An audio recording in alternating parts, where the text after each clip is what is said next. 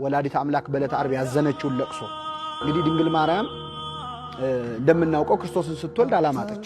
ዓርብ ዕለት ግን በልጇ ስቃይ ተሰቃይታለች፣ በልጇ መከራ አንብታለች።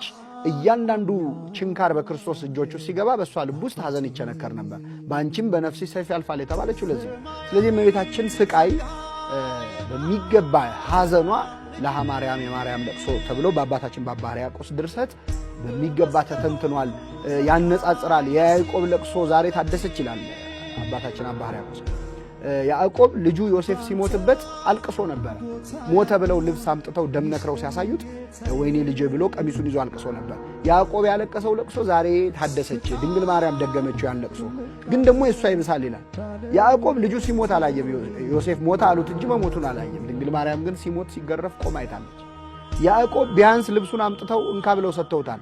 ድንግል ማርያም ግን ልብሱን እንኳን አልሰጧትም። ልብሱን ቀደው ተካፈሉ፣ በቀሚሱ ላይ ዕጣ ተጣጣሉ ተብሎ ተጽፏል። ስለዚህ የሷ ለቅሶ ይብሳል። ያዕቆብ ቢያንስ ሌሎች ልጆች አሉት፣ ድንግል ማርያም ግን አንድ ልጇ ነው እያለ የሷን እንባ ከያዕቆብ እንባ ጋር አነጻጽሮ የሚጸልይበት እጅግ ጥልቅ የሆነ ድርሰት አለ አባታችን አባ ሕርያቆስ። እሱ በግብረ ሕማማቱ ይነበባል።